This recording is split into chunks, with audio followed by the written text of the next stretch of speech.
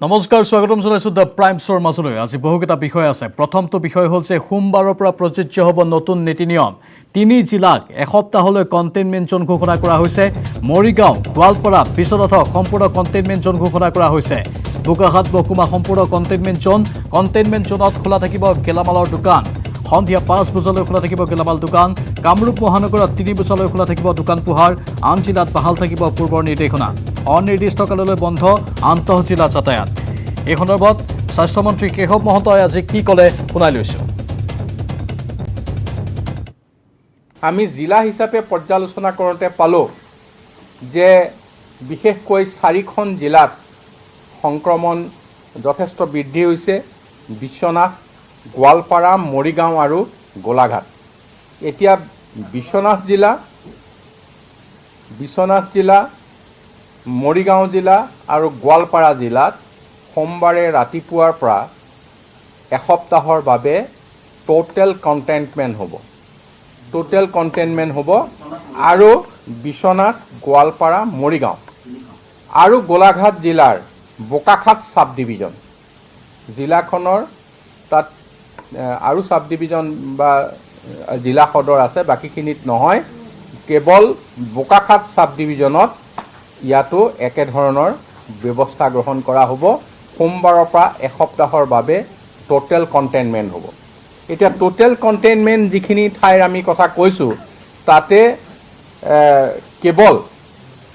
যিখিনি অত্যাৱশ্যকীয় সেৱা, সেই অত্যাৱশ্যকীয় সেৱা মুকলি থাকিব। গেলামালৰ দোকান আমি পুৱাৰ পৰা 5 বজালৈকে, সন্ধ্যা মানে আবেলি 5 বজালৈকে খোলা থাকিব। আমি গুৱাহাটীৰ গোটেই পৰ্যালোচনাটো চাই কামৰূপ মেট্ৰৰ ক্ষেত্ৰত আমি এতিয়ালৈকে যিটো কাৰফিউ আছিল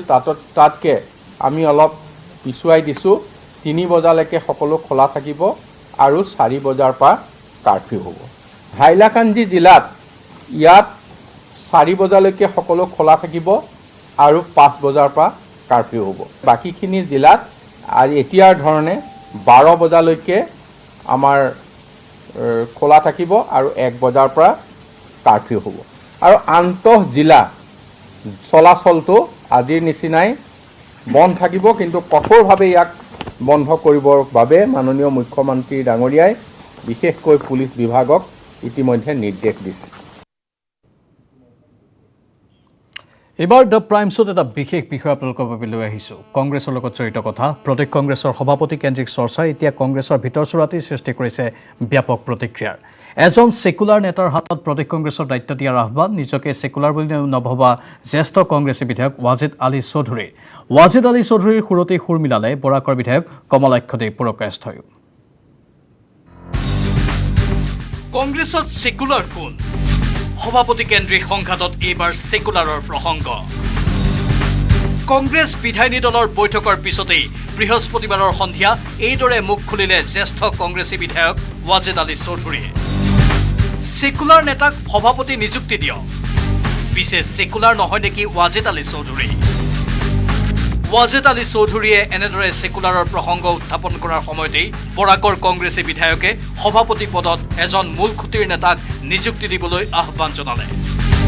কমলাক্ষৰ মতে ভাষিক সংখ্যালঘু বা সংখ্যালঘুক নালাগে সভাপতিৰ পদ। দলৰ স্বাৰ্থত দিয়ক মূল খুঁটিৰ নেতাক দায়িত্ব। ভাষিক সংখ্যালঘু বা মাইনৰিটি মানুহ হ'লে যে কংগ্ৰেছৰ প্ৰেচিডেণ্ট হ'ব নোৱাৰিব এনেকৈ ক'তো, কাৰণ আগতে ইনষ্টেঞ্চ আছে এইবিলাকৰ কথা। কথাটো হৈছে কি, যিজন মানুহে মোটামুটি প্ৰত্যেকটা কাষ্ট কমিউনিটিৰ মানুহলৈ চলিব পাৰিব, এনেকৈ এটা আমাৰ ব্যক্তিত্ব এজন লাগিব। কাৰণ কথাটো হৈছে সঁচা কথা ক'বলৈ গ'লে যে আজি বেংগলী মানুহ দিলে হয়তো বা আপাৰ আছামত যদি যায় তেনেহ'লে বেলেগ এটা কথা এটা আছে। যদি মুছলিম মানুহক দিয়ে তেনেহ'লে বেলেগ ঠাইত গ'লে বেলেগ এটা কথা আছে। কিন্তু মানে মই ভাবোঁ যে প্ৰদ্যুৎ বৰদলৈ বা ভূপেন বৰা, দেৱব্ৰত শইকীয়া, সিহঁতৰ মাজত যদি কোনোবাক দেওয়া হয় তেনেহ'লে প্ৰত্যেকটা কাষ্ট কমিউনিটিৰ মানুহলৈ চলিব পাৰিব। ইপিনে কমলাক্ষদেৱ পুৰকায়স্থইও আজিকালি কংগ্ৰেছৰ নেতাক ৰাইজে বিশ্বাসত নলয় বুলি মন্তব্য কৰে আৰু শেষ সময়লৈ তেওঁ কংগ্ৰেছ কৰি যাব বুলি দাবী কৰে। তেনেকুৱা পৰিৱেশ এটা হৈছে যে আমি যিবিলাক MLA আছোঁ আমাক বিশ্বাস নকৰা হৈছে আৰু সমষ্টিৰ মানুহে। মই কিমানবাৰ ক'লোঁ যে জীৱনৰ শেষ দিনলৈ মই কংগ্ৰেছ কৰিম, আৰু এটা দল নিজৰ মান নিচে না, অৰ্থাৎ ই দলৰ প্ৰতি সন্মান, ই দলটোৰ প্ৰতি একাগ্ৰতা থকাটো আমাৰ দৰকাৰ প্ৰত্যেকজন বিধায়ক বা প্ৰত্যেকজন কৰ্মী কংগ্ৰেছ কৰ্মী শুকুৰবাৰে দল ত্যাগ কৰি বিজেপিত যোগ দিয়া ৰূপজ্যোতি কুৰ্মীৰ সৈতে বন্ধুত্বমূলক আলোচনাত মিলিত হোৱাৰ কথা সদৰি কৰে কমলাক্ষদেৱ পুৰকায়স্থই কমলাক্ষই সদৰি কৰে ৰূপজ্যোতিয়ে মোক বিজেপিত যোগদানৰ প্ৰস্তাৱ দিছে ময়ো ৰূপজ্যোতিক পুনৰ কংগ্ৰেছলৈ আহিবলৈ আহ্বান কৰিলোঁ মই অনুৰোধ জনাইছোঁ যে তেওঁ যেনেকৈ ফাইটাৰ আছিলে আগন্তুক দিনত ফাইটাৰ হৈ থাকিব লাগিব কাৰণ বিজেপিত গ'লে তেতিয়া ফাইটাৰ হৈ থাকিব নোৱাৰে তাৰ আগতে তেওঁ ক'ব পাৰিলেহেঁতেনে যে মই গৈ আছোঁ ইটো যদি ঠিক নকৰে তেনেহ'লে মই যামগৈ আৰু কিন্তু এইটো আমাৰ চান্স নিদিলে এইটো কাৰণে মই ভাবোঁ তেওঁ আহি যাওক আৰু এনেদৰেই এতিয়া কংগ্ৰেছত চলিছে সংকট মোচনৰ নামত কথাৰ মহলা বিজু কুমাৰ ডেকাৰ report news 18 Assam north east কংগ্ৰেছৰ ভিতৰ চৰাত প্ৰকৃততে চলিছে কি এই কথাখিনি অধিক স্পষ্ট কৰাটো দৰকাৰ কাৰণ প্ৰধান বিৰোধী দল আৰু সবাতোকৈ পুৰণি দল আৰু কংগ্ৰেছৰ ভিতৰ চৰাৰ এই খোৱা কামোৰা এনেধৰণৰ অৰিয়া অৰিয়ে কিন্তু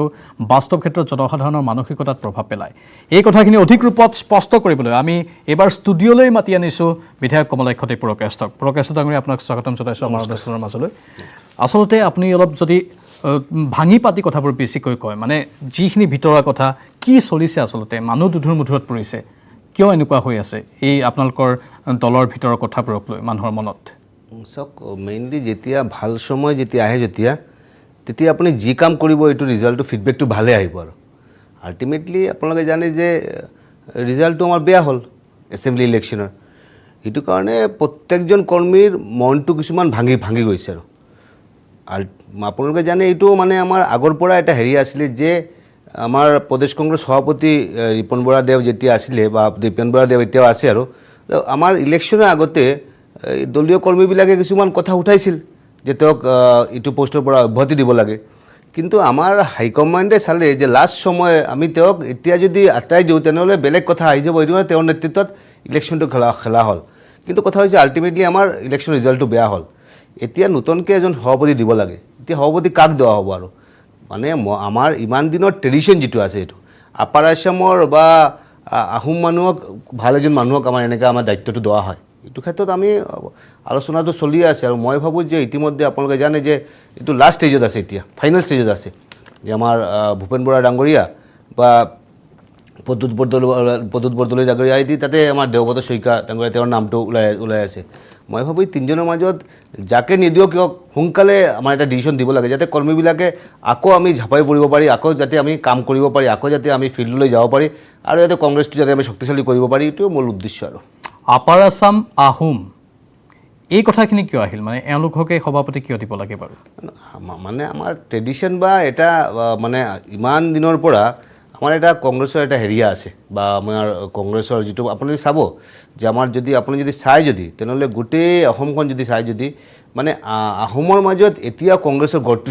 শক্তিশালী এতিয়া শক্তিশালী কাৰণ লিডাৰ বেছি আহোমৰ মাজত লিডাৰটো বেছি আছে এইটো কাৰণে আমি মোটামুটি এটা ধৰি লৈছোঁ যে এই কমিউনিটিৰ ফালৰ পৰা যদি এজন যদি আমাৰ সভাপতি দেওয়া হয় তেনেহ'লে মই ভাবোঁ যে তেওঁ গোটেই অসমখন যাতে এক কৰি ৰাখিব পাৰিব আৰু বিগত দিনত যেনেকুৱা হৈছিল আৰু বিগত দিনত যেনেকুৱা হৈছিল এইটো কাৰণে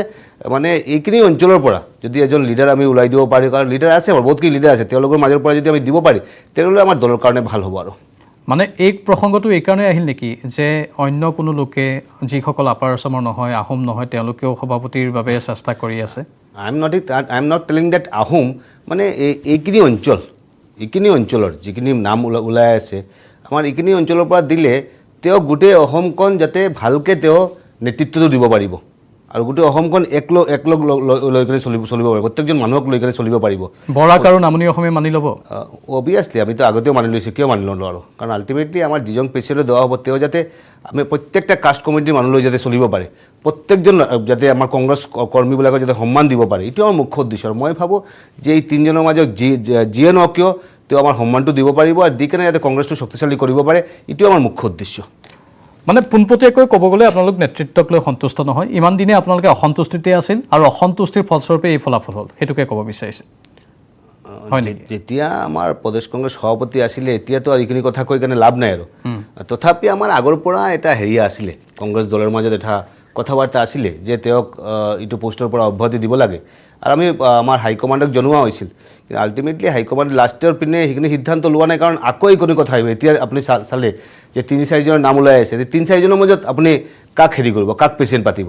এইখিনি যদি আগতে হ'লেতেনে আগতে এনেকুৱা এটা পৰিৱেশ হ'লেতেনে এইটো কাৰণে মই ভাবোঁ যে হাইকমাণ্ডে এইটো সিদ্ধান্ত লোৱা নাই বা ৰিক্সো লোৱা নাই এইটো কাৰণে এতিয়া ৰিক্সটো ল'ব লাগে আৰু যাৰ নেতৃত্বত আমি কংগ্ৰেছখনক ভালকৈ গঢ় দিব পাৰে তাৰ কাৰণে সোনকালে এটা ডিচিশ্যন দি কেনে আমি যাতে আকৌ যাতে ফিল্ডলৈ ঝাপাই পৰিব পাৰোঁ এইটোৱেই মুখ্য উদ্দেশ্য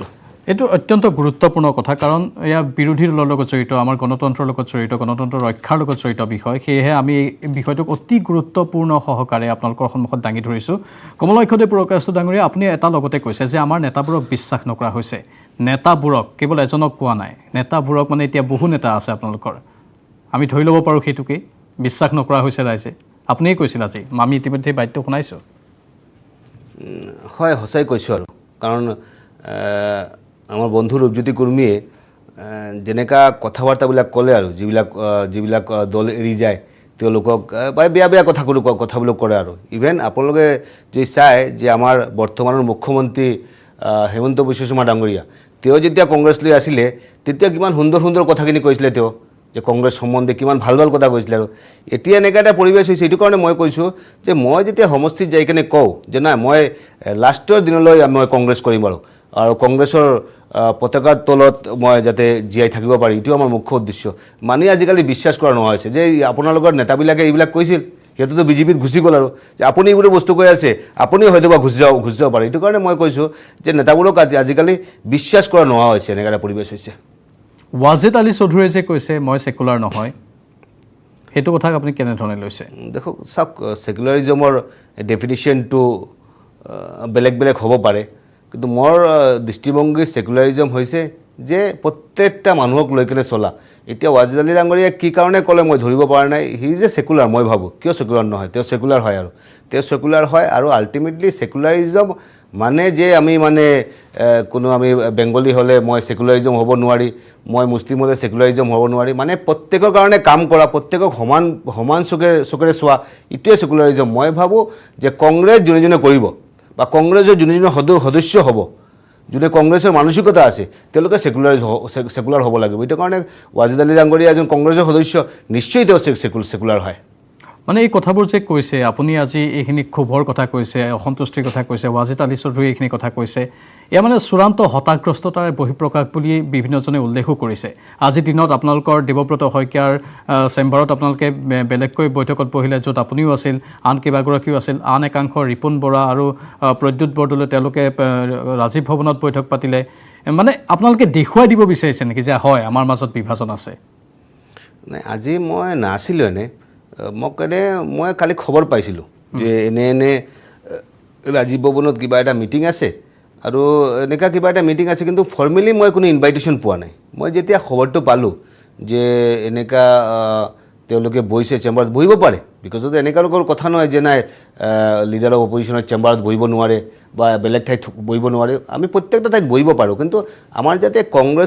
কংগ্ৰেছ কৰিবলৈ যাতে প্ৰত্যেকটা লৈ কেনে প্ৰত্যেকটা মানুহক লৈ কেনে প্ৰত্যেকটা সদস্য লৈ কেনে প্ৰত্যেকটা লিডাৰক লৈ কেনে যাতে আমি এক হৈ চলিব পাৰি এইটোৱে আমাৰ মুখ্য উদ্দেশ্য এইটো কাৰণে আপুনি জানে যে গোৱা ইলেকশ্যনত আমাৰ নেতৃত্বৰ মাজত কিবা খোৱাখুৱিৰ কাৰণে আমাৰ হয়তো বা কিছুমান এনেকুৱা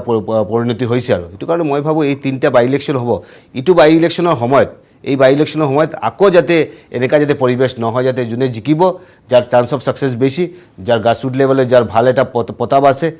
যাক দি কেনে আমি ইলেকশ্যনটো বৈতৰণি পাৰ হ'ব পাৰি এনেকুৱা আমাৰ কেণ্ডিডেট লাগিব আৰু এইটো সংক্ৰান্তত যদি আকৌ যদি লবিজম হয় যদি তেনেহ'লে আমাৰ দলৰ কাৰণে ক্ষতি হ'ব বুলি মই ভাবোঁ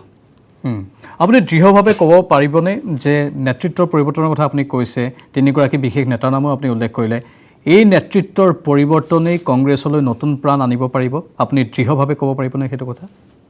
চাওক এইটো আমাৰ বিশ্বাস আচলতে কি এজন প্ৰেচিডেণ্ট যেতিয়া বা কংগ্ৰেছে যেতিয়া হাইকমাণ্ডে যদি প্ৰেচিডেণ্ট দেওয়া হয় তেওঁৰ ৰেছপনচিবিলিটি হৈছে যে গ্ৰাছৰুট লেভেলত সোমাই যোৱা আৰু আমি বহুতবাৰ চাইছোঁ আৰু কংগ্ৰেছ কেতিয়াবা নাইকিয়া হৈ গৈছিল পিছতে আকৌ কংগ্ৰেছ যেতিয়া হেৰি হৈছে মানুহলৈ সোমাই গৈছে যেতিয়া মানুহে আকৌ কংগ্ৰেছক আদৰণি জনাইছে এইটো কাৰণে মই ভাবোঁ যে কংগ্ৰেছৰ বেয়া সময় আহে আকৌ আমি যেতিয়া ৰাইজৰ ওচৰলৈ যাওঁ ৰাইজৰ কাষত যাওঁ যেতিয়া ৰাইজে আমাক হেৰিয়ে জনায় আদৰণি আমাক জনায় এইটো কাৰণে কংগ্ৰেছৰ বেয়া দিন ভাল দিন থাকে আৰু আমি এটা দল যিটো আছে আমি অৰ্গেনাইজ পাৰ্টি কংগ্ৰেছ দল এটা এনে এটা পাৰ্টি য'ত পাৰ্টিৰ যে গ্ৰাছৰুট লেভেলত প্ৰত্যেকটা ভোটত প্ৰত্যেকটা জিপিত প্ৰত্যেকটা এলেকাত মানুহ আছে এইটো কাৰণে মই ভাবোঁ যে আমি আকৌ ৰিভাইভ কৰিব পাৰি আৰু ৰিভাইভ কৰি কেনে যাতে কাৰণ আজিৰ দিনত এনেকুৱা এটা পৰিৱেশ হৈছে যে আমাৰ মাননীয় মুখ্যমন্ত্ৰী ডাঙৰীয়াই ক'লে যে বিৰোধী দলৰ কি কাম আছে এতিয়া এনেকুৱা এটা কথা হৈছে যে আপুনি ক'ব নেকি যে গণতন্ত্ৰক বিৰোধী দলৰ কোনো ভূমিকাই নাই বা এনে যদি পৰিৱেশ হয় যদি তেনেহ'লেতো মানুহে আগন্তুক দিনত আৰু ভোটেই নহ'ব আৰু এনেই মানুহক কিবা এটা পাৱাৰত মানুহে ইলেকশ্যনত ভোট দি দিব আৰু সিহঁতে পাৱাৰত গুচি যাব তাৰপিছতে গোটেইকেইটা এক পাৰ্টিত গুচি যাব সেইটো কাৰণে মই ভাবোঁ যে গণতন্ত্ৰক বিৰোধী দলৰ বিৰাট এটা ভূমিকা আছে আৰু এইবাৰ আমি এটা শক্তিশালী বিৰোধী আমি অসমৰ এটা যাতে জ্বলন্ত সমস্যাবিলাক যাতে ভালকৈ আমি যাতে উত্থাপন কৰিব পাৰি আৰু মানুহৰ প্ৰব্লেম যাতে সমস্যা যাতে সমাধান হয় আৰু আপুনি জানে যে আমাৰ ভাৰতবৰ্ষত বিৰোধী দলৰ ষ্টেটাছ দিয়া হয় বিৰোধী নেতা নিৰ্বাচন কৰা হয়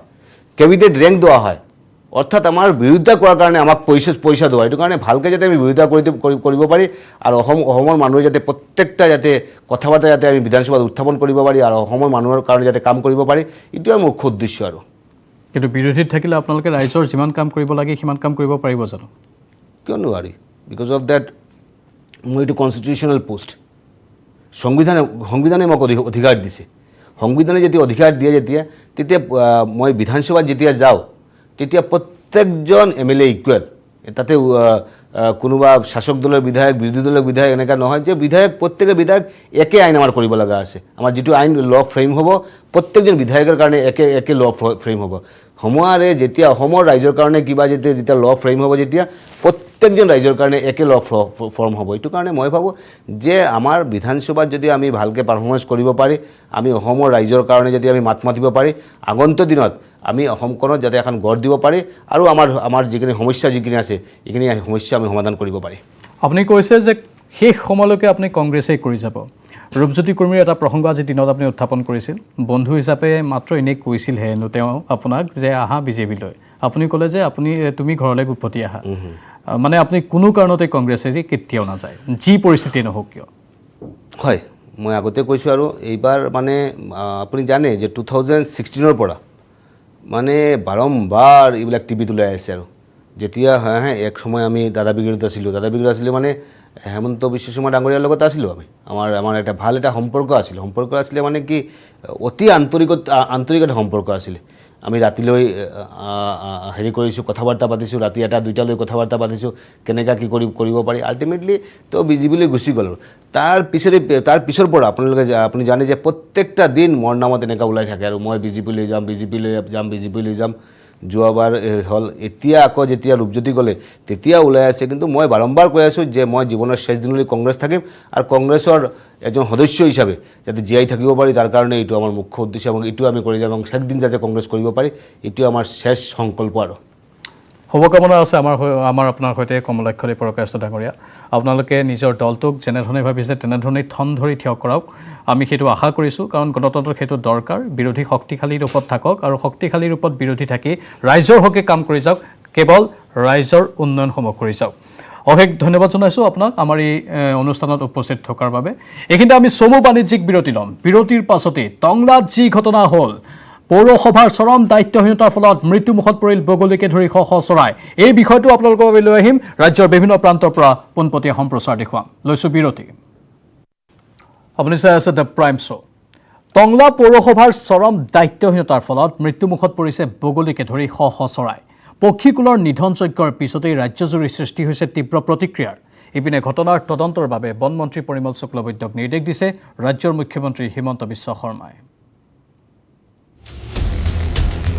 পক্ষীকুলৰ নিধনযজ্ঞ টংলা পৌৰসভাৰ চৰম দায়িত্বহীনতা শ বগলীৰ মৃত্যু বনমন্ত্ৰীক তদন্তৰ নিৰ্দেশ মুখ্যমন্ত্ৰীৰ ওদালগুৰি জিলাৰ টংলাত এতিয়া চলিছে পক্ষীকুলৰ নিধনযজ্ঞ কিন্তু কোনো চোৰাং চিকাৰী নহয় অভিযোগ উত্থাপন হৈছে স্বয়ং টংলা পৌৰসভাৰ বিৰুদ্ধে টংলা পৌৰসভাৰ কাণ্ডজ্ঞানহীনতাৰ ফলত মৃত্যুমুখত পৰিছে বগলীকে ধৰি শ চৰাইৰ পক্ষীকুলৰ জীৱনৰ প্ৰতি কোনো ধৰণৰ আগপিছ চিন্তা নকৰাকৈয়ে বাঁহগছ কটাৰ নিৰ্দেশ পৌৰসভাৰ অঞ্চলটোৰ বাঁহগছ কাটি পেলোৱাৰ ফলত মৃত্যুমুখত পৰিছে বগলীকে ধৰি বিভিন্ন প্ৰজাতিৰ চৰাই কিয়নো বছৰ বছৰ ধৰি এই বাঁহ গছত বাঁহ সাজি আছিল পক্ষীকুলে কিন্তু টংলা পৌৰসভাৰ হঠকাৰী সিদ্ধান্তৰ বাবে আজি অকাল মৃত্যুক আঁকোৱালি লৈছে এইসমূহ চৰাইয়ে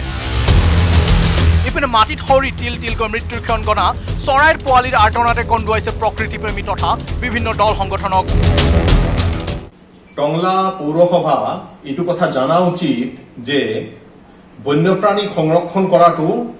প্ৰত্যেকজন ভাৰতীয়ৰ সাংবিধানিক কৰ্তব্য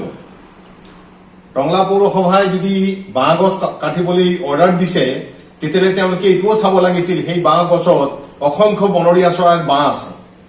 সেইকাৰণে টংলা পৌৰসভাই এইটো গৰ্হিত কাম কৰিছে আৰু ভাৰতৰ সংবিধান বিৰোধী কাম কৰিছে When asked, the municipality man cited the example of some disturbance. I mean, this bad odor, smell, something like that, and they never consider the lives of so many innocent birds. এই হৃদয় বিদাৰক ঘটনাক লৈ এতিয়া সৰ্বত্ৰে সৃষ্টি হৈছে তীব্ৰ প্ৰতিক্ৰিয়াৰ সকলোৱে একেমুখে গৰিহণা দি ঘটনাৰ তদন্ত কৰি অভিযুক্ত বিষয়াক শাস্তি প্ৰদানৰ দাবী দল সংগঠনৰ আজি টংলা পৌৰসভাই এই ফৰেষ্ট ডিপাৰ্টমেণ্টৰ কথা নুশুনাকৈ ফৰেষ্ট ডিপাৰ্টমেণ্টে আমি জনামতে তেওঁলোকে জনাইছে যে এই টাইমটোত বাঁহ কাটিব নালাগে বা গছ কাটিব নালাগে কিন্তু এই টাইমত তেওঁলোকে কিয় হঠকাৰী সিদ্ধান্ত লৈ পিনে ক্ষমতা অপব্যৱহাৰ কৰি দিলে কিয় এই গছ কাটিলে বা এই চৰাইখিনিক বা এই জীৱখিনিক কিয় হত্যা কৰিলে উচ্চতম কৰ্তৃপক্ষক আমি জনাব বিচাৰিছোঁ যে ইয়াৰ ওপৰত এক উচিত তদন্ত হ'ব লাগে চৌদিশে তীব্ৰ প্ৰতিক্ৰিয়াৰ সৃষ্টি হোৱাৰ পিছতে ঘটনাৰ তদন্ত কৰিবলৈ বনমন্ত্ৰী পৰিমল শুক্লবৈদ্যক নিৰ্দেশ মুখ্যমন্ত্ৰী হিমন্ত বিশ্ব শৰ্মাৰ ইপিনে ঘটনাস্থলীত উপস্থিত হৈ পক্ষীকুলক উদ্ধাৰৰ চেষ্টা জিলা উপায়ুক্ত পি উদয় প্ৰবীণৰ আহত পক্ষীসমূহক উদ্ধাৰ কৰি কাজিৰঙা CWRC-লৈ প্ৰেৰণৰ সিদ্ধান্ত উপায়ুক্তগৰাকীৰ वेटरनरी से आप थोड़ा कोऑर्डिनेट कर दीजिए सब लोग जो शाम को RLs everyday if required for the next 3 days also I will arrange a vehicle हर दिन जो बर्ड्स है उसको काजीरंगा भेज देते हैं सो लाइक एटलीस्ट हमारी तरफ से कोशिश होना चाहिए एक बर्ड भी यहाँ से इट शुड नॉट डे উল্লেখ্য যে বগলীৰ মলমূত্ৰৰ পৰা কৰোনাৰ সংক্ৰমণৰ আশংকা প্ৰকাশ কৰি আজব নিৰ্দেশনা জাৰি কৰিছিল টংলা পৌৰসভাই টংলা পৌৰসভাই কি অসুবিধা পালে নাজানো তেখেতসকলে আহি বাঁহখিনি কাটি প্ৰায় 300 মান বগলী ইয়াত নিধন কৰিছে তদন্ত কৰি এই বিষয়টো আচলতে তেখেতসকলে আমাক জবাবদিহি কৰিব লাগে কাৰণ এনেকৈ বন্যপ্ৰাণী অবুজ এই প্ৰাণীবিলাকক হত্যা কৰি তেখেতসকলে কি কৰিব খুজিছে পৌৰসভাৰ এনে দায়িত্ব জ্ঞানহীনতাৰ বাবে তাক কৰা হ'ব জগৰীয়া দোষী বিষয়াক দিয়া হ'বনে শাস্তি ওদালগুৰিৰ পৰা Ripunja Nath news 18 Assam north east ইয়াত টংলা পৌৰসভাৰ চূড়ান্ত কাণ্ড জ্ঞানহীনতা এতিয়া তেওঁলোকে দায় সাৰিবলৈ দোষ সাৰিবলৈ গাঁওবাসীক দোষাৰোপ কৰাৰো চেষ্টা চলাইছে যি কি নহওক মোৰ হাতত এইখন পত্ৰৰ প্ৰতিলিপি আছে এয়া হ'ল টংলা পৌৰসভা কাৰ্যালয়ৰ এখন পত্ৰ যিখন পত্ৰৰ জৰিয়তে তেওঁলোকে নটিফিকেশ্যনটো জাৰি কৰিছিল প্ৰতি 5 জন ব্যক্তিলৈ তেওঁলোকে এই পত্ৰখন লিখিছিল বিষয় বাঁহ গছৰ পৰা উদ্ভৱ হোৱা বিনষ্ট পৰিৱেশ ৰোধ কৰা সম্পৰ্কে মহাশয় উপৰোক্ত বিষয় সম্পৰ্কে আপোনাক জনাও যে আপোনাৰ মাটিত থকা বাঁহ গছত বগলী মলমূত্ৰ ত্যাগ কৰি অস্বাস্থ্যকৰ পৰিৱেশৰ সৃষ্টি কৰিছে যাৰ ফলত বৰ্তমানৰ কৰোনা সংক্ৰমণ বৃদ্ধি পাব পাৰে এটো নোট কৰিবলগীয়া এটা বিষয় বগলীৰ এই মলমূত্ৰৰ বাবে হেনো কৰোনা সংক্ৰমণ বৃদ্ধি পাব পাৰে উক্ত কাৰ্যৰ বাবে ওচৰ চুবুৰীয়া সমূহে অস্বাস্থ্যকৰ পৰিৱেশৰ মাজত বাস কৰিবলগীয়া হোৱা বুলি জানিব পাৰিছো সেই নগৰ এলেকাত আপোনাৰ মাটিত থকা বাঁহ গছসমূহ কৰ্তন কৰি সুস্বাস্থ্যৰ পৰিৱেশ গঢ়ি তোলাৰ বাবে জনোৱা হ'ল আপোনাৰ বিশ্বাসী কাৰ্যবাহী বিষয়া টংলা পৌৰসভা টংলা এইখন পত্ৰত তেওঁলোকে এইখিনি কথা কৈছে আৰু যিখিনি কথা কৈছে অলপ চকু কপালত উঠিবলগীয়া কথা মই চিনাকি কৰি দিব বিচাৰিছো বিশিষ্ট পৰিৱেশ কৰ্মী আমাৰ সৈতে আছে মবিনা আখতাৰ ডাঙৰীয়ানী আপোনাক স্বাগতম জনাইছো আৰু টংলা অঞ্চলৰ প্ৰকৃতিপ্ৰেমী জয়ন্ত কুমাৰ দাস আমাৰ সৈতে ফোন লাইনত আছে তেওঁৰ সৈতেও কথা পাতিম কিন্তু মবিনা আখতাৰ ডাঙৰীয়ানী এই সমগ্ৰ ঘটনাটোৰ প্ৰথমটো প্ৰতিক্ৰিয়া আপোনাৰ কি বাৰু এটা সঁচাকৈ ভাবিব নোৱাৰা খুব মৰ্মান্তিক ঘটনা আমি যোৱা মে মাহৰ 13 তাৰিখে টপতজুৰি ঘটনাটোৰ পাছত মই ভাবোঁ আৰু এটা এনেকুৱা ধৰণৰ ঘটনা আমাৰ বাবে ৰৈ আছিল যিটো অতি নিদাৰুণ অতি নিষ্ঠুৰ অতি মৰ্মান্তিক কিন্তু প্ৰথমতে মই কওঁ যে এই যিজন কাৰ্যবাহী বিষয়াই এইখন পত্ৰ তেওঁ লিখিছিল চৰকাৰৰ দায়িত্ব হ'ব সেই বিষয়াজনক কঠোৰৰ পৰা কঠোৰতম শাস্তি দিয়া এনেকুৱা এটা ঘটনা তেওঁ কি কাৰণে সংঘটিত কৰিব পাৰিলে সেই প্ৰশ্নটো দি পেলাই তেওঁক প্ৰথমতে সোধে কাৰণ দৰ্শোৱা জাননী দিব লাগে আৰু তাৰ লগতে মই ভাবোঁ যে তেখেতক এটা কঠোৰ শাস্তি দিয়াটো খুব প্ৰয়োজন প্ৰশাসনৰ ফালৰ পৰা। আজি দেখিছোঁ মুখ্যমন্ত্ৰী মহোদয়ে তেখেতেও আচলতে এই ঘটনা এটা তদন্তৰ নিৰ্দেশ দিছে। কিন্তু কথাটো হ'ল যে আমি তদন্তৰ খাতিৰত তদন্ত কৰোঁ, কিন্তু তদন্তৰ পিছত যিবোৰ কথা পোহৰলৈ আহে বা তদন্ত ঠিকমতে হৈছে নাই সঠিকমতে হৈছে নাই সেই কথাটো কেতিয়াও কোনেও খবৰ নাৰাখে। এই ঘটনাটো হয়তো কাইলৈ থাকিব নিউজত, পৰহিলৈ থাকিব, তাৰপাছত মানুহে পাহৰি যাব, তাৰপাছত দেখিব অসমৰ অন্য এটা প্ৰান্তত আকৌ এনেকুৱা ধৰণৰ ঘটনা সংঘটিত হৈছে, আকৌ আমি নিউজ চেনেলত আহিম, আকৌ আমাৰ প্ৰতিক্ৰিয়া জনাম, এনেদৰেই চলি আহিছে। গতিকে আজি যিটো কথা হ'ল, প্ৰথমতে দুখ লাগিছে যে আপুনি চাওক এটা পৌৰ এলেকাৰ ভিতৰত থকা বাঁহগছত এইখিনি বগলী আছিল, প্ৰায় 300 মান বগলী বুলি কৈছে। এতিয়া কথাটো হ'ল যে আমাৰ টাউনবিলাকত আজি বা মহানগৰ মই বাদেই দিলোঁ, মফচলীয়া টাউনবিলাকতো এতিয়া গছ বনৰ প্ৰয়োভৰ দেখিবই নাপাওঁ। আমি বনাঞ্চল বা প্ৰাকৃতিক পৰিৱেশ দেখিবই নাপাওঁ। তাৰ মাজতো যে কাৰোবাৰ বাৰীত এনেকৈ বাঁহগছ আছিল, তাত বগলীয়া বাঁহ আছিল, এটা প্ৰাকৃতিক পৰিৱেশ আছিল, সেইটো এনেকুৱা সময়ত এটা সঁচাকৈয়ে ভাল লগা কথা, এটা দৰকাৰী কথা, এটা প্ৰয়োজনীয় কথা আৰু এটা ডাঙৰ কথা। কিন্তু সেই কথাটোত মানুহে সেই মানুহখিনিক যাৰ বাৰীত এই পক্ষীখিনি আছিল তেওঁলোকক মানে হেৰি কৰিব কি, তেওঁলোকক আচলতে সেই পদক্ষেপক আদৰণি জনোৱাৰ পৰিৱৰ্তে তেওঁলোকে কৈছে যে পক্ষীকুলৰ পৰা তেওঁলোকৰ ওচৰ চুবুৰীয়াৰ কিবা হানি বিঘিনি হৈছে, তেওঁলোকে আনকি কৰোণা হুঁচৰিব পাৰিব বুলিও তেওঁলোকে ভয় খাইছে। যে এইটো এনেকুৱা ধৰণৰ চকু কপালত উঠা কথা। আমি যদি কওঁ এতিয়া কাজিৰঙাত গড় 2000ৰ ওপৰত গড় আছে, সিহঁতৰ মল মূত্ৰৰ পৰা কি কৰোণা সংক্ৰমণ হ'ব বুলি আমি তাৰ পৰা আমাৰ মানুহবোৰ আঁতৰাই আনিম নেকি? কথাটো তেনেকুৱাই হৈছে। গতিকে সেই এটা পৰিস্থিতি তন্ত্ৰ এটা গোটেই তাক সম্পূৰ্ণৰূপে ধ্বংস কৰিলে আৰু লগতে ইমান শ পক্ষী নিধন হ'ল। সৰু সৰু পোৱালিবোৰ হয়তো তেওঁলোকে যদি গছবোৰ তাৰ পৰা বাঁহৰ ডালবোৰে যদি সেইখিনি অলপ ঠাইখিনিত ধৰি লওক অলপ আহুকাল কিবা সৃষ্টি কৰিছিল বা তাত যদি কিবা পৰিৱেশটো অকণমান কেতিয়াবা এনেকুৱা হয় অলপ জয়াল পৰিৱেশ এটা হয় কেতিয়াবা, তেতিয়া হয়তো তাৰ হয়তো কিছু বাঁহ তেওঁলোকে কাটিব পাৰিলেহেঁতেন। কিন্তু বাঁহখিনি যেতিয়া এই পোৱালিবোৰ অলপ ডাঙৰ হৈ পাখি গজি উৰিব পৰা হ'লহেঁতেন, তেতিয়া সেই কামটো তেওঁলোকে কৰিব পাৰিলে। আৰু স্থানীয় লোকসকলে বাধাও দিছিল, তাৰ পাছতো নামানিলে তেওঁলোকে। মই সেই কথাটোৱে পাতিম। টংলা অঞ্চলৰ প্ৰকৃতিপ্ৰেমী জয়ন্ত কুমাৰ দাস ডাঙৰীয়া আমাৰ সৈতে ফোন লাইনত আছে। সেই কথাটো আপোনাৰ পৰা জানিব বিচাৰিছোঁ। আপোনালোকে বাধা দিছিল প্ৰথম অৱস্থাত এই টংলা পৌৰসভাক এই কামটো কৰিবলৈ, কিন্তু তাৰ পাছতো কৰিলে তেওঁলোকে। হেল্ল', জয়ন্ত কুমাৰ দাস ডাঙৰীয়া শুনিছে আপুনি? হয়, নমস্কাৰ। প্ৰথমতে আপোনালোকক ধন্যবাদ দিছোঁ, ইমান এটা ইম্পৰ্টেণ্ট কথা এটা আপোনালোকে হাইলাইট কৰিছে, আপোনালোকক ধন্যবাদ দিছোঁ। আচ্ছা, এইটো চাব, এইটো ইমান অমানৱীয়, ইমান এটা সাংঘাতিক ঘটনা হ'ল অসমত বা ভাৰতত।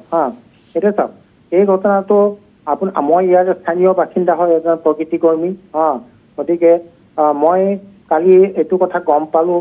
পালোঁ যে এই মহেন্দ্ৰ ডেকা, এইটো 1 নম্বৰ ৱাৰ্ডত আছে। ৰজত ভট্টাচাৰ্য টংলা টাউনৰ 1 নম্বৰ ৱাৰ্ডত আছে। লোকজিৎ চুটান, তেওঁ আছে 1 নম্বৰ ৱাৰ্ডৰ বাসিন্দা। আৰু 2 নম্বৰ ৱাৰ্ডৰ আছে অমিয় নাৰ্জাৰী আৰু গীতা দাস। আচ্ছা, এই 5জন মানুহৰ ঘৰত সেই আপোনাৰ শ আপোনাৰ বাঁহৰ জোপত আপোনাৰ এই যিটো বগলীবিলাকে বাস কৰি আছিল, বহুত বছৰৰ পৰা আছে। এতিয়া চাওক,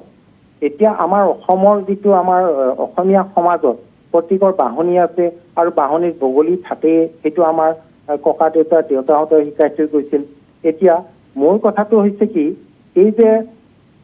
হঠকাৰী এটা সিদ্ধান্ত ল'লে টংলা মিউনিচিপালিটি বোৰ্ডে। কি সিদ্ধান্ত ল'লে? তেওঁলোকে এই 5জন মানুহক এখন নটিচ দিলে। 8/6/2021 তাৰিখে এখন নটিচ দিছিলে। তাতে কৈছিলে যে আপোনালোকে এইবিলাক আঁতৰ কৰক, বাঁহবিলাক বা গছবিলাক, চৰাইবিলাক গুচাই দিয়ক, এইটো এটা কৰোণা ভাইৰাছ হ'ব পাৰে। কি এটা হাঁহি উঠা কাণ্ড। আমি এটা হাঁহিছোঁ। পৃথিৱীত প্ৰথম টংলা মিউনিচিপাল বোৰ্ডে এটা আৱিষ্কাৰ কৰিলে যে বগলীৰ পৰা কৰোণা ভাইৰাছ হয়। এইটো এটা মানে হাস্যাস্পদ আৰু দুখজনক কথা। এই অৰ্ডাৰটোৰ পিছত তেওঁলোকৰ কিন্তু এইখিনি মানুহ আছে, ম্যাদী পট্টাৰ মানুহ ব্যক্তিগত ঘৰত আছে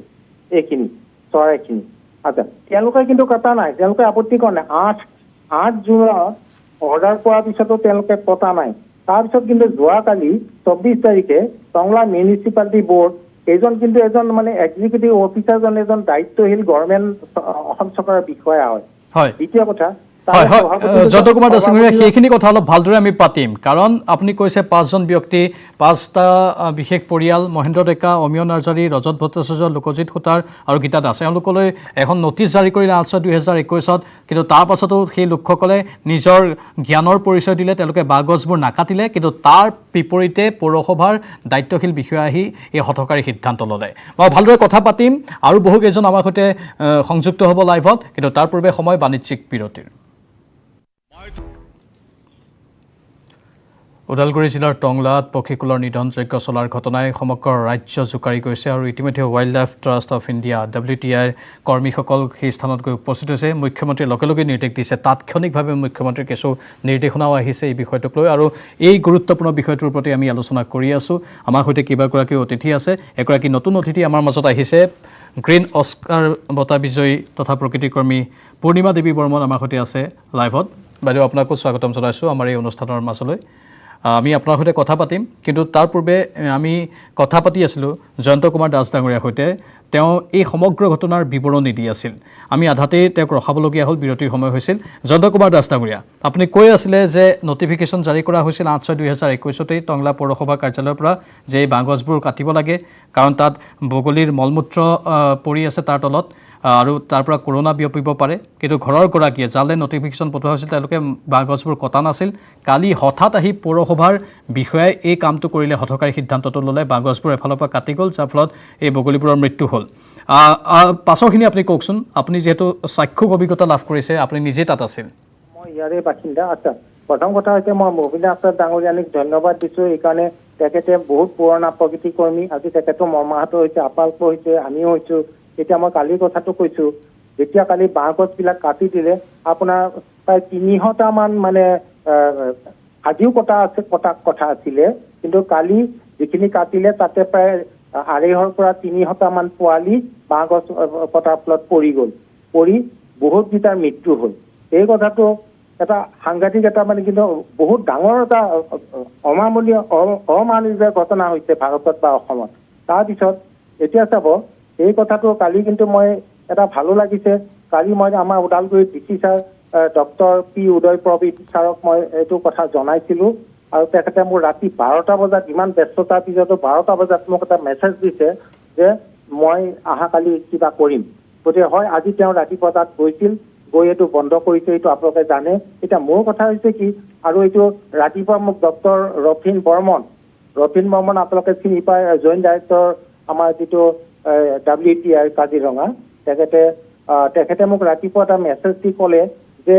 এই যে চৰাইকেইটা যে এনে বাঁহবিলাক কাটিলে এইটো মুখ্য নেকি টংলা মিউনিচিপালিটি বোৰ্ড তেওঁলোকৰ মগজত কিবা আছেনে নাই তেওঁলোকে হয়তো আজিৰ পৰা 20 দিন বা এমাহ আগতে বাঁহবিলাক কাটিব পাৰিলেহেঁতেন বা চৰাইকেইটা উৰি যাবলৈ পৰা হোৱাৰ পিছতো কাটিব পাৰিলেহেঁতেন কিন্তু এটা আমি স্তম্ভিত হৈছোঁ যে এইটো বস্তু তেওঁলোকে কোনো এটা নাভাবিলে যে বাঁহগছত কোন আছে বন্যজন্তু কি ফৰেষ্ট ডিপাৰ্টমেণ্টৰ কথা নাই ডিষ্ট্ৰিক্ট অৰ্ডিনেঞ্চৰ কথা নাই আৰু আমি যিবিলাক ইয়াত প্ৰকৃতি প্ৰেমী আছোঁ আমাৰ লগত আলোচনাৰ কথা নাই মিউনিচিপালিটিয়ে হঠকাৰী সিদ্ধান্ত ল'লে আৰু চেয়াৰমেন জনা আছে দায়িত্বত তেখেতে এইবিলাকৰ অৰ্ডাৰ দি নিশ্চয় অত্যন্ত দুৰ্ভাগ্যজনক জয়ন্ত কুমাৰ দাস ডাঙৰীয়া ৱাইল্ড লাইফ ট্ৰাষ্ট অফ ইণ্ডিয়াৰ এতিয়া কৰ্মীসকল তাত উপস্থিত হৈছে বুলি আমি গম পাইছোঁ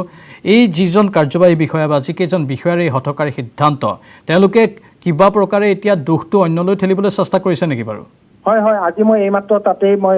যোগাযোগ কৰি আছোঁ তেওঁলোকে কৈছে যে মানে ওচৰ চুবুৰীয়া মানুহে যে অ'নাৰকেইটা নহয় ওচৰ চুবুৰীয়া মানুহে মানে কৈছে বহুত অস্বাস্থ্যকৰ পৰিৱেশ হৈছে বহুত গোন্ধ হৈছে কৰোণা হ'ব কিন্তু শুনক এটা আচল কথা মই কওঁ আপোনাক সেই ওচৰ চুবুৰীয়া মানুহখিনি যদি গন্ধ পাইছে আজি 5 বছৰ আগৰ পৰা কমপ্লেইন কৰি আছিল এইটো আমাৰ অথৰিটি টংলা মিউনিচিপালিটিক আজি 5 বছৰ আগৰ পৰা কিন্তু 5 বছৰ আগৰ পৰা এইটো একদম সত্য কথা মই এইমাত্ৰ ক'লোঁ যে 5 বছৰ আগৰ পৰা কমপ্লেইন দিছিল একো নাই তেওঁলোকে হঠাৎকৈ এইখন আজি ভাঙি দিছে তেওঁলোকে কিয় 2 মাহ 3 মাহ আগতে নকৰিলে বা আৰু এমাহ পিছত নকৰিলে গতিকে মই ভাবোঁ টংলা মুঠতে এইটো এটা ডাঙৰ শিকনি আমাৰ একাংশ চৰকাৰী বিভাগৰ একাংশ কৰ্মচাৰীয়ে কোনো পৰিকল্পনা নকৰাকৈ কাম কৰাৰ ফলতে এই ভয়ংকৰ ঘটনাটো সংঘটিত হ'ল ভবা নিচিন্তাকৈ কোনো ধৰণৰ চিন্তা বিবেচনা নকৰাকৈ এই কামটো কৰিলে তেওঁলোকে ভাবিয়ে নাচালে যে বাঁহগছত কি থাকিব পাৰে কি নাথাকিব পাৰে এই কথাবোৰ চিন্তা নকৰাকৈ কাম কৰাৰ ফলতে আজি এই ভয়ংকৰ পৰিণতিটো আমি দেখিবলৈ পাইছোঁ জয়ন্ত কুমাৰ দাস ডাঙৰীয়া অশেষ ধন্যবাদ জনাইছোঁ আপোনাক এইখিনি তথ্যৰ বাবে মই এবাৰ পূৰ্ণিমা দেৱী বৰ্মন ডাঙৰীয়ানীৰ কাষলৈ গৈছোঁ ডাঙৰীয়ানী আপুনি সামগ্ৰিকভাৱে গোটেই ঘটনাটো গম পাইছে আপোনাৰ প্ৰতিক্ৰিয়া কি আপুনি কি বিচাৰিছে এতিয়া কি হ'ব লাগে হয় পোনপ্ৰথমতে আপোনালোক আটাইকে মই কৃতজ্ঞতা জ্ঞাপন কৰিছোঁ আৰু নমস্কাৰ জনাইছোঁ আৰু কৃতজ্ঞতা জ্ঞাপন কৰিছোঁ এইকাৰণেই যে আপোনালোকে মোক এনেকুৱা এটা অনুষ্ঠানত এটা খুব গুৰুত্বপূৰ্ণ বিষয় সজাগতাৰ আৰু তাৰ এই অনুষ্ঠানত আপোনালোকে মোক দুআষাৰ ক'বলৈ সুযোগ দিছে গতিকে মই পোনপ্ৰথমতে এইটোৱে ক'ম সকলো বক্তাই ইতিমধ্যে কৈছে যে এইটো খুব হৃদয় বিদাৰক আৰু গৰিহণা দিবলগীয়া বিষয় আৰু মই নিজেই খুব মৰ্মাহত আজি ৰাতিপুৱা শুই উঠিয়ে এই ঘটনাটো যেতিয়া মই ছ'চিয়েল মিডিয়াত পাই মই খুব দুখ পাইছোঁ আৰু নিজকে মানুহ হিচাপে ক'বলৈ লাজ লাগিছে আৰু মই এইটোৱে ক'ম যে পোনপ্ৰথমতে যে মই প্ৰকৃতি কৰ্মী হোৱাৰ উপৰিও এগৰাকী মই নিজে মাতৃ আৰু এগৰাকী মাতৃ হৈ পেলাই যেতিয়া সেই সন্তানসকলে বগলীৰ সেই সন্তানসকলে চিঞৰি আছিলে কান্দি আছিলে নিজৰ মাকক বিচাৰি মাকৰ পৰা বিচ্ছিন্ন হৈছে মাক দেউতাকৰ পৰা গতিকে মই ভাবোঁ যে সমগ্ৰ মাতৃ সমাজে এই ঘটনাটোক ধিক্কাৰ দিছে আৰু সকলো ৰাইজে আচলতে সকলোৱে ওলাই আহিছে আজি খুব সকলোতে চাঞ্চল্যৰ সৃষ্টি হৈছে আৰু মই এইটোৱে ক'ব বিচাৰিম যে বগলীবিলাক এতিয়া এইখিনি সময়ত বগলীবিলাক প্ৰজনন ঋতু চলি আছে আৰু এই প্ৰজনন ঋতুৰ সময়ত সিহঁতে আমাৰ ঘৰৰ কাষত বা গাঁৱত বা গাঁৱৰ বসতিবিলাকত গছবিলাকত বাঁহ গছত বা বিভিন্ন গছত আহি পেলাই জাক পাতি কলনিয়েল বাৰ্ড জাক পাতি পেলাই বাঁহ সাজে আৰু তেওঁলোকে এইটো পৰম্পৰাগতভাৱে বছৰে বছৰে আহে আৰু তেওঁলোকে ইয়াত আহি কিছুদিন থাকি বা কিছু মাহ থাকি পেলাই পোৱালি কণী পাৰি পোৱালি জগাই তাৰপিছত পোৱালি ডাঙৰ দীঘল কৰি গুচি যায় সেইখিনি এটা প্ৰক্ৰিয়া আৰু সেইখিনি সময়ত তেওঁলোকে মানুহৰ ওচৰত আহে সেইটো চবতকৈ ডাঙৰ কথা তেওঁলোকে মানুহৰ ওচৰলৈ কিয় আহে কাৰণ তেওঁলোকে এইখিনি সময়ত যিখিনি সময়ত তেওঁলোকৰ খুব নিৰাপত্তাৰ দৰকাৰ সেইখিনি সময়ত তেওঁলোকে মানুহৰ ওচৰলৈ মানুহক নিজৰ পিতৃ মাতৃ বুলি ভাবি তেওঁলোক আহে কাৰণ সেইখিনি সময়ত তেওঁলোকক যাতে কোনো প্ৰিডেটৰে যাতে আক্ৰমণ কৰিব নোৱাৰে আৰু সেইখিনি সময়ত আমি যদি মানুহ হৈয়ে যদি এনেকুৱা কাৰ্য কৰোঁ এইটো বহুত এটা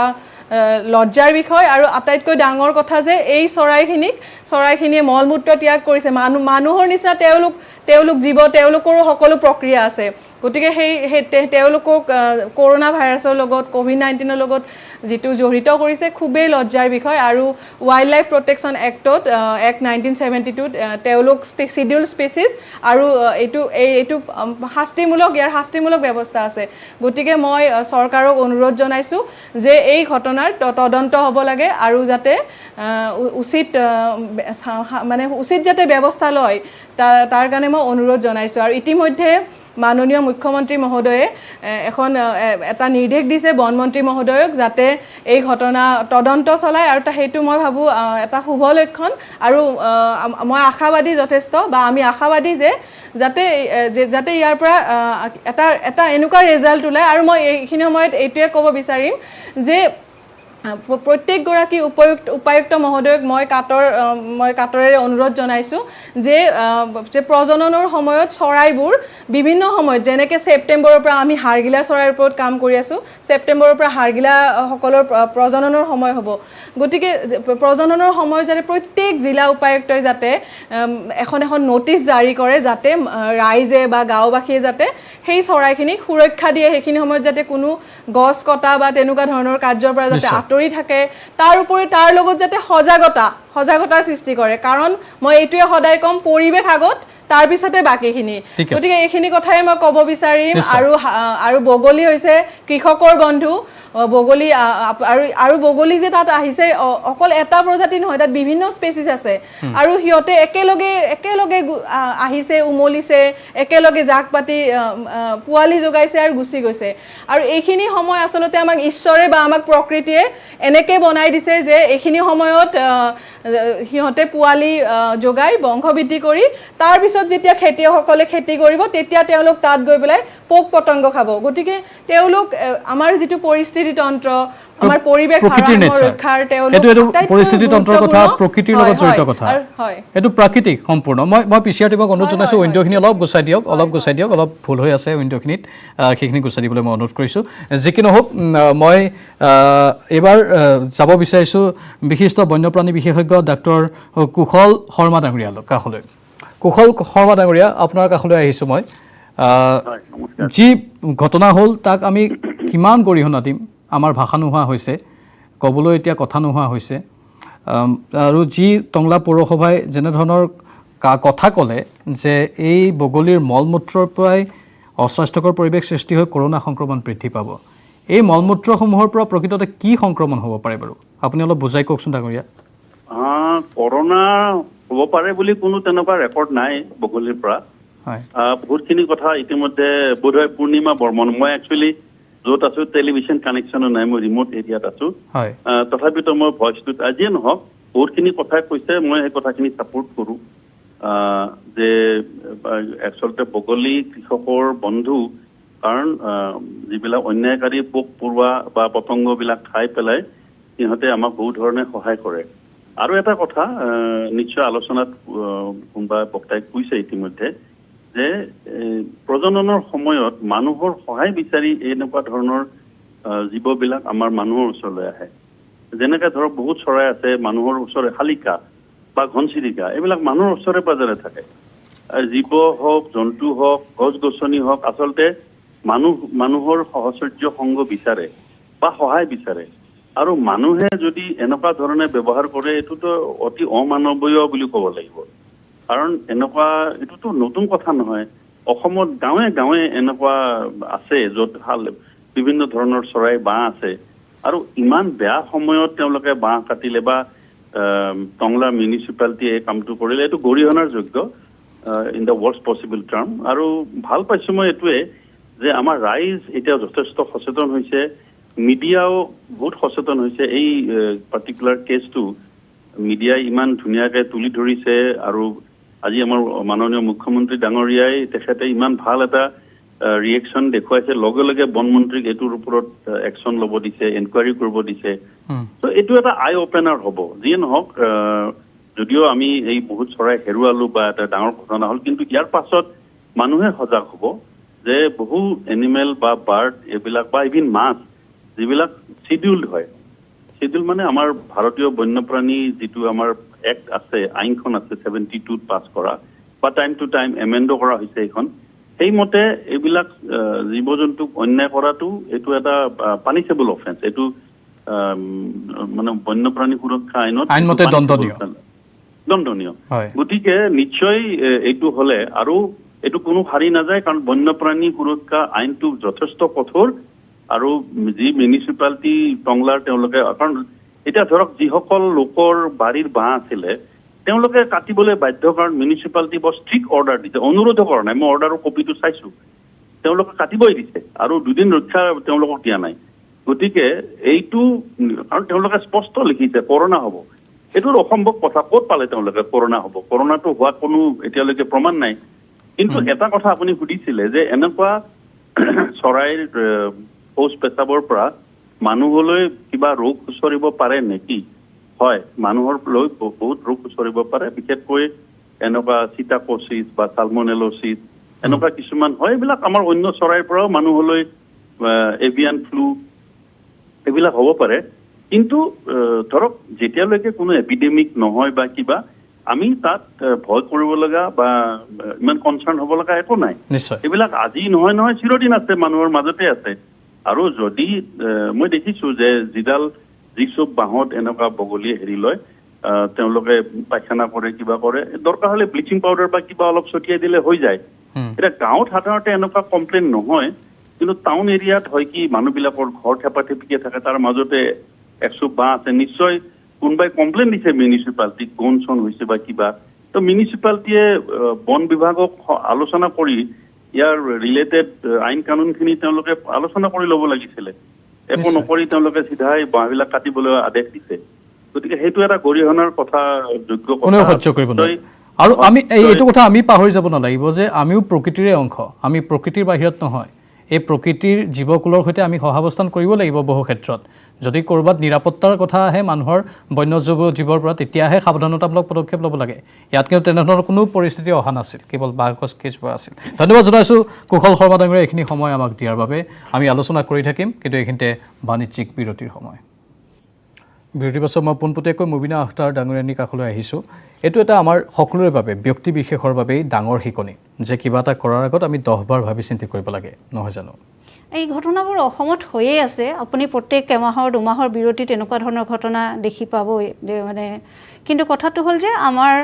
আমি হয়তো নিশিকোঁ বা এনেকুৱা আমি সচেতন যে নহয় সেইটো কথা ক'ব নোৱাৰোঁ। সাধাৰণ গাঁৱৰ ৰাইজ সচেতন, তেওঁলোকে কাটিবলৈ দিয়েই নাছিল। কিন্তু অসচেতন কোনগৰাকী, সজাগতা কোনগৰাকী নাই, যিজন বিষয়া, কাৰ্যবাহী বিষয়া, তেওঁৰ সেই পৰিৱেশৰ জ্ঞান একেবাৰে সীমিত বা তেওঁৰ সেই জ্ঞানটোৱেই নাই। আৰু মোৰ এটা দাবী হৈছে চৰকাৰক এইটো যে এই বিষয়াজনক অনতিপলমে আপোনালোকে নিলম্বিত কৰক, তেওঁৰ পৰা অতি কঠোৰতম শাস্তি তেওঁৰ ওপৰত বিধান কৰক।